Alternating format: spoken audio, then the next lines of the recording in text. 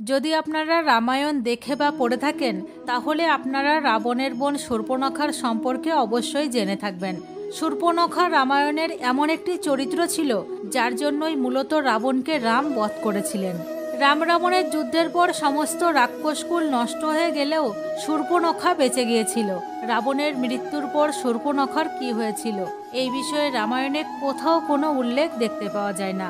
এর পরেও কিছু ইতিহাসবিদ এটা দাবি করে থাকেন রাবণের মৃত্যুর পর শূর্পণখাই ইসলাম ধর্মের উৎপত্তি করেছিল, এমনকি মক্কা মদিনাকে শূর্পণখাই বসিয়েছিল।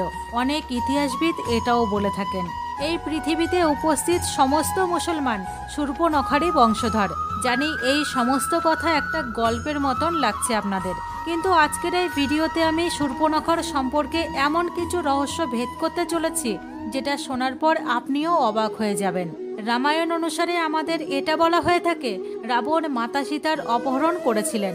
ভগবান রাম তখন মাতা সীতাকে উদ্ধার করার জন্য রাবণ সহ তার পুরো বংশের নাশ করে দিয়েছিল।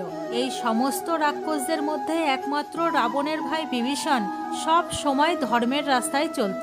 বিভীষণ এই জন্যই ধর্মের সাথ দিতে আপন ভাই রাবণকে ছেড়ে ভগবান রামের পক্ষে যুদ্ধে ছিলেন।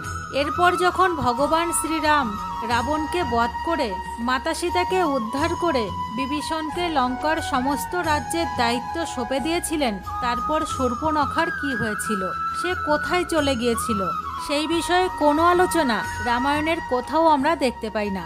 আসলে যখন শূর্পণখা ভগবান রামের উপর আকর্ষিত হয়ে তার বিবাহের প্রস্তাব নিয়ে ভগবান রামের কাছে আসে, ভগবান রাম তখন পরিষ্কার ভাষায় শূর্পণখাকে বিবাহের জন্য মানা করে দেয়। কারণ ভগবান রামের আগের থেকেই মাতা সীতার সাথে বিবাহ হয়ে গিয়েছিল এবং ভগবান রাম এক বিবাহের প্রণ নিয়েছিলেন। ভগবান রাম তখন তার ছোট ভাই লক্ষ্মণের দিকে দেখিয়ে শূর্পণখাকে বলে, যদি তুমি চাও তাহলে আমার ছোট ভাইকে বিবাহের জন্য বলতে পারো। এরপর যখন শূর্পণখা লক্ষ্মণের কাছে বিবাহের প্রস্তাব নিয়ে যায়, লক্ষ্মণও শূর্পণখাকে মানা করে দেয়। শূর্পণখা তখন রেগে মাতা সীতার কাছে গিয়ে মাতা সীতাকে কটু বচন শোনাতে থাকে। সাথে ভগবান রামকে সে বলে, যদি তুমি আমাকে বিবাহ না করো তাহলে মাতা সীতাকে আমি মেরে ফেলবো। এরপর শূর্পণখা মাতা সীতাকে মারতে শুরু করে। তখন লক্ষ্মণ মাতা সীতাকে বাঁচানোর জন্য শূর্পণখার নাক কেটে দেয়। শূর্পণখা যখন তার সেই কাটা নাক নিয়ে তার ভাই রাবণের কাছে যায়, তখন রাবণকে সে সমস্ত ঘটনার বর্ণনা করে। রাবণ তখন সব কথা শোনার পর খুবই রেগে যান আর মাতা সীতার অপহরণ করেন। এর পরেই হয় রাম রাবণের যুদ্ধ, যেখানে ভগবান রাম রাবণকে তার অপরাধের জন্য মৃত্যুদণ্ডের সাজা দেয়। কিন্তু আপনাদের মনেও একটা প্রশ্ন এসেই থাকবে, এরপর শূর্পণখার কি হয়েছিল? অনেক ইতিহাসবিদ এটা মেনে থাকেন শূর্পণখা নিজেকে এই পৃথিবীর সব থেকে সুন্দরী নারী মনে করত, কিন্তু লক্ষ্মণ যখন তার নাক কেটে দিয়েছিল তখন নিজের নাক দেখে অনেক লজ্জা পেত শূর্পণখা, যে কারণে সব সময় সে একটা কালো কাপড়ে নিজের চেহারা ঢেকে রাখত।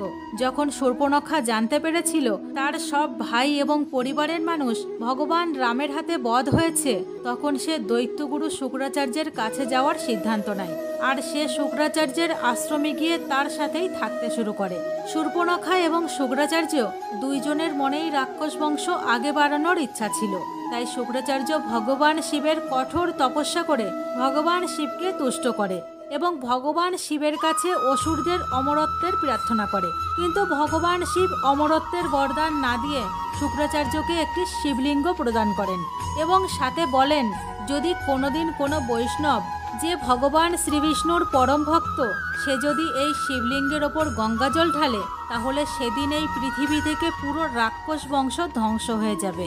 এরপর শুক্রাচার্য আর শূর্পণখা সেই শিবলিঙ্গটিকে এই সনাতন ধর্মের থেকে অনেক দূরে নিয়ে গিয়ে একটি মরুভূমিতে লুকিয়ে রাখে, কারণ হিন্দু ধর্মের প্রতিটা মানুষ ভগবান শ্রীবিষ্ণুকে অবশ্যই মানেন। এমন অবস্থায় যদি কোনো হিন্দু ওই শিবলিঙ্গে গঙ্গাজল ছিটিয়ে দিত তাহলে পুরো পৃথিবী থেকে রাক্ষস জাতি ধ্বংস হয়ে যেত। এই জন্য শুক্রাচার্য সেই শিবলিঙ্গটিকে অনেক দূরে একটা মরুভূমিতে স্থাপিত করে। এমনটা মানা হয়ে থাকে মরুভূমির যে স্থানে শিবলিঙ্গটিকে স্থাপিত করা হয়েছিল সেই জায়গাকেই আজকে আমরা মক্কা বলে জানি। যদি আপনাদের এই সমস্ত কথা শোনার পর হজম না হয় তাহলে অবশ্যই আপনারা জেনে থাকবেন পুরানো দিনে এই স্থানেই ভগবান শিবের মক্কেশ্বর মন্দির ছিল। এটা সেই শিবলিঙ্গ যেটা ভগবান শিব দৈত্যগুরু শুক্রাচার্যকে দিয়েছিলেন। শুক্রাচার্য শুধুমাত্র হিন্দুদের থেকে দূরে রাখার জন্যই সৌদি আরবের মরুভূমিতে এটির স্থাপনা করেছিলেন। শুক্রাচার্য সৌদি আরবে এই জন্য এই শিবলিঙ্গটিকে নিয়ে গিয়েছিলেন, তিনি ভেবেছিলেন এই শিবলিঙ্গের কথা কোনোদিন হিন্দুরা জানতে পারবে না, আর এর কারণে রাক্ষসের বংশ সুরক্ষার সাথে আগে বাড়তে থাকবে। আপনাদের বলে রাখি, দৈত্যগুরু শুক্রাচার্য এই শিবলিঙ্গের সুরক্ষার দায়িত্ব শূর্পণখাকে দিয়েছিলেন। ওই সময় শূর্পণখা সব সময় তার চেহারা ঢেকে রাখত। এরপর শূর্পণখা তার বংশকে আগে বাড়ানোর জন্য অনেক বাচ্চার জন্ম দিয়েছিল। তারপরে শূর্পণখার বংশই এই পরম্পরাকে মেনে আসছে। হ্যাঁ, আমি মুসলমানদের কথাই বলছি। আপনারা মুসলমান মহিলাকে দেখেই থাকবেন, তারা সব সময় তাদের চেহারা ঢেকে রাখে। মুসলমানদের চেহারা যে কাপড়ে ঢেকে রাখে তাতে শুধু তাদের চোখই দেখা যায়। যখন নাক কাটার পর শূর্পণখার চেহারা ঢেকে রাখত তখন তারও কেবলমাত্র চোখই দেখা যেত। মক্কা মদিনাতে যে মক্কেশ্বর শিবলিঙ্গ স্থাপনা করা হয়েছিল তার রক্ষার জন্য শূর্পণখা ওখানেই থাকতে শুরু করে। মক্কা মদিনা আজকের পৃথিবীতে এমন একটি জায়গা তৈরি হয়ে গেছে যেখানে হিন্দুদের যাওয়া পরিষ্কার অর্থে মানা। এছাড়া এটাও বলা হয়ে থাকে সৌদি আরবে যে জায়গায় মক্কা মদিনা অবস্থিত তার আশেপাশে দূর দূরান্ত পর্যন্ত হিন্দুদের থাকার অনুমতি পর্যন্ত দেওয়া হয় না। মক্কা মদিনাতে থেকেই শূর্পণখা তার বংশকে আগে বাড়িয়েছিল, সাথে নতুন নতুন প্রথা চালু করেছিল। এর মধ্যেই একটি প্রথা ছিল বোরখা পরা, যা শূর্পণখার সময় থেকেই চলে আসছে। দাপর যুগের পর শূর্পণখার বংশধরই আজকের সময়ে ইব্রাহিম ধর্মের সাথে আগে এসেছে। শুক্রাচার্য দৈত্যদের গুরু ছিল, এই জন্য ইসলাম ধর্মের শুক্রবারকে একটা বিশেষ মাহাত্ম্য দেওয়া হয়েছে। এই কথার সত্যতা ধার্মিক গ্রন্থেও বর্ণনা করা হয়েছে। যদি এই সমস্ত কথার ওপর একবার নজর দেওয়া যায় তাহলে একবার ভেবে দেখুন এমন কোন কারণ যার জন্য মক্কা মদিনার ভেতরে কোনো হিন্দুর প্রবেশ নিষেধ। যদি কোনো হিন্দু যেতেও চায় তাহলেও সে মক্কার ভেতরে যেতে পারবে না। এমন কি আছে মক্কার ভেতর যার জন্য হিন্দুদের মক্কাতে যেতে এত বাধা সৃষ্টি করা হয়? এর পেছনে কোনো না কোনো পাকাপোক্ত কারণ তো অবশ্যই হবে, যার জন্য ওখানে হিন্দুদের আসা যাওয়া নিষিদ্ধ। এই সমস্ত কারণ একটা দিকেই ইশারা করে মুসলমানদের শূর্পণখার বংশধর হওয়ার কথা সত্যি হলেও হতে পারে। আর সমস্ত মুসলমানেরা এই জন্যই ভয় পায় যদি কোনো হিন্দু ভুল করেও মক্কা মদিনার ভেতরে চলে যায় আর শিবলিঙ্গে গঙ্গাজল ছিটিয়ে দেয় তাহলে এই পৃথিবী থেকে পুরো রাক্ষস জাতি নষ্ট হয়ে যাবে। এই সমস্ত কথা আপনাদের অবাক লাগলেও এটা সত্যি হলেও হতে পারে, কারণ এই পৃথিবীর সব থেকে প্রথম ধর্ম সনাতন ধর্ম।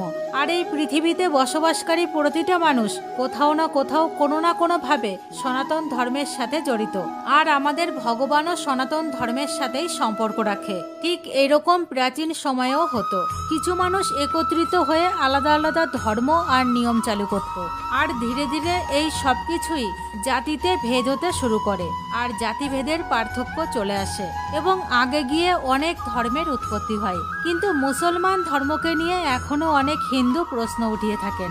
মক্কা মদিনায় হিন্দুদের না যেতে পারার কারণ কি? আপনাদের কি মনে হয় মক্কা মদিনার সম্পর্কে? এই সমস্ত কথাগুলি কি সত্যিই সত্যি? শূর্পণখাই কি মক্কা মদিনাকে বসিয়েছিল? আপনার উত্তর অবশ্যই কমেন্ট বক্সে জানাবেন। ভিডিও ভালো লেগে থাকলে চ্যানেলটিকে সাবস্ক্রাইব করে পাশে থাকবেন, সাথে অনেক অনেক শেয়ার করে অন্যান্য বন্ধুদেরও দেখার সুযোগ করে দেবেন। ধন্যবাদ।